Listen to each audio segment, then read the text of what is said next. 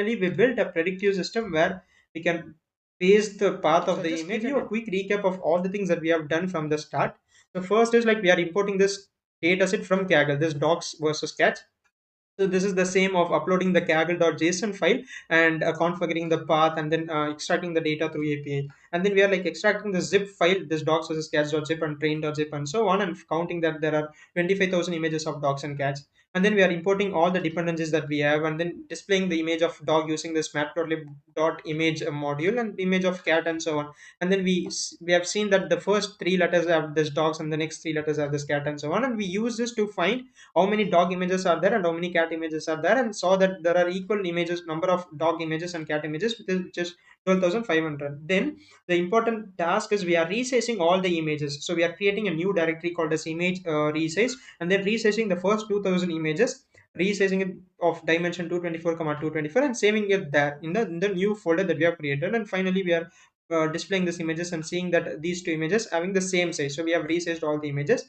So the next step is to iterate through this resized folder and create the labels for this. So if it is a dog image, we say the label should be 1. So we are doing this here. And if the image starts with this cat, we say the label is 0. And then we have seen that there is an almost equal distribution of dogs and cat. And then we run this particular code snippet in order to read all these image files and convert it to a numpy array.